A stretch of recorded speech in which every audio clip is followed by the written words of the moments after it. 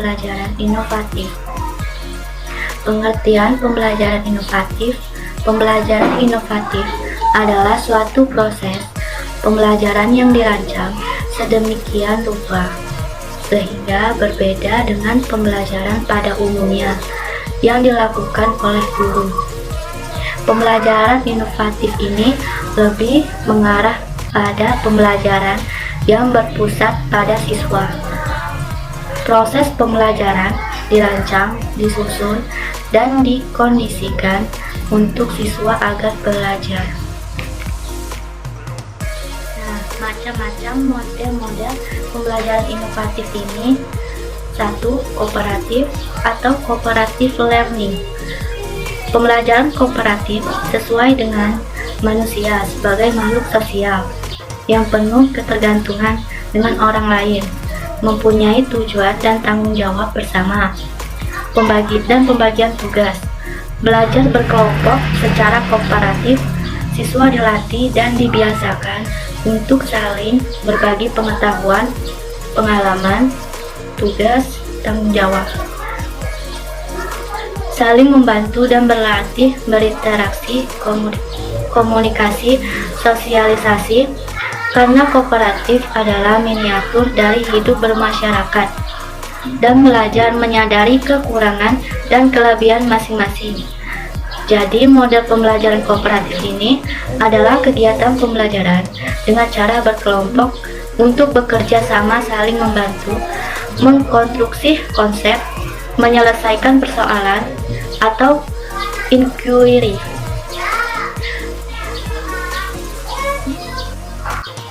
Yang kedua, STAD atau Student STEM Achievement Division. STAD adalah salah satu model pembelajaran kooperatif dengan sintaks yaitu pengarahan buat kelompok 4-5 orang.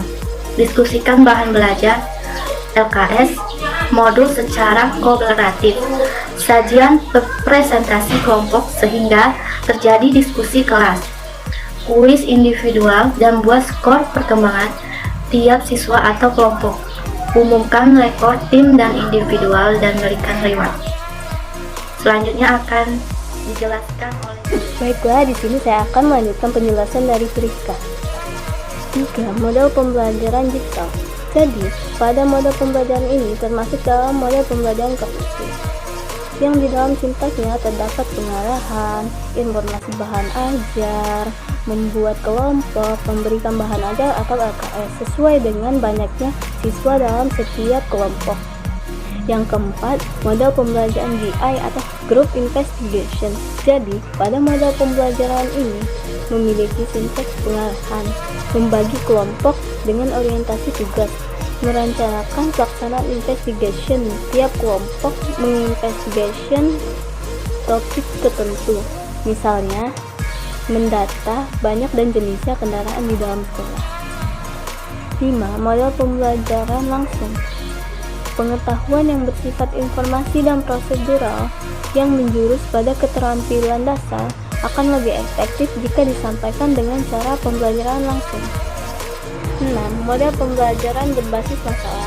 Jadi, pada model pembelajaran ini, siswa dilatih dan dikembangkan kemampuan menyelesaikan masalahnya yang berorientasi pada masalah otentik dan kehidupan afektif siswa untuk merangsang kemampuan berpikir tingkat tinggi. Sekian pembahasan dari saya akhiri dengan wassalamualaikum warahmatullahi wabarakatuh. Di sini saya akan melanjutkan penjelasan materi yang berjudul RPP, Rencana Pelaksanaan Pembelajaran Inovatif. Nah, menurut Trianto menjelaskan bahwa RPP itu yaitu paduan langkah-langkah yang akan dilakukan oleh guru dalam kegiatan pembelajaran yang disusun dalam skenario kegiatan. Juga menjelaskan bahwa rencana pembelajaran RPP adalah rencana kegiatan pembelajaran dalam setiap pertemuan. Di dalam RPP itu terdapat komponen-komponen. Salah satunya yaitu identitas yaitu nama satuan pendidikan. Yang kedua, identitas mata pelajaran atau tema atau subtema. Yang selanjutnya kelas atau semester dan semester. keempat, materi pokok.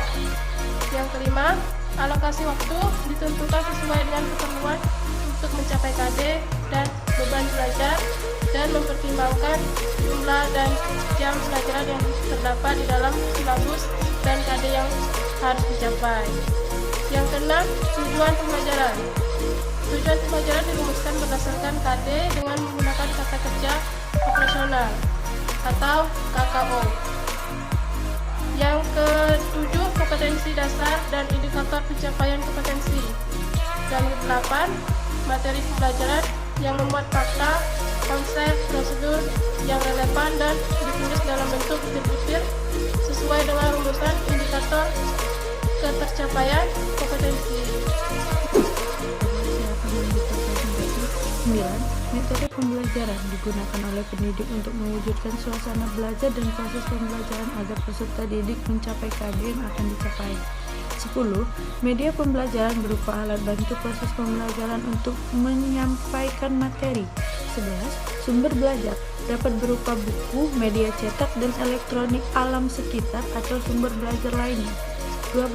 Langkah-langkah pembelajaran dilakukan melalui tahapan pendahuluan, inti, dan penutup. 13. Penilaian hasil pembelajaran. Setiap pendidik pada satuan pendidikan memiliki kewajiban untuk menyusun RPP berdasarkan KD atau subtema yang dilaksanakan dalam satu pertemuan atau lebih agar kegiatan pembelajaran dapat berjalan secara efektif. Kemendikbud nomor 24 tahun 2016 menjelaskan bahwa kompetensi dasar kemudian dirumuskan ke dalam indikator. Norsyam dalam Akbar 2013 menjelaskan bahwa perumusan indikator didasarkan pada kompetensi dasar KD dan KD dapat dikembangkan menjadi beberapa indikator lebih dari 2. Indikator dirumuskan dengan menggunakan kata kerja operasional yang dapat diukur dan dibuat ke dalam instrumen penilaian. Oleh karena itu, penggunaan kata kerja operasional penting digunakan sebagai penanda kata kerja operasional keberhasilan dalam pencapaian KD yang ditandai dengan kata kerja yang menunjukkan adanya perubahan perilaku siswa dalam aspek sikap, pengetahuan, dan keterampilan.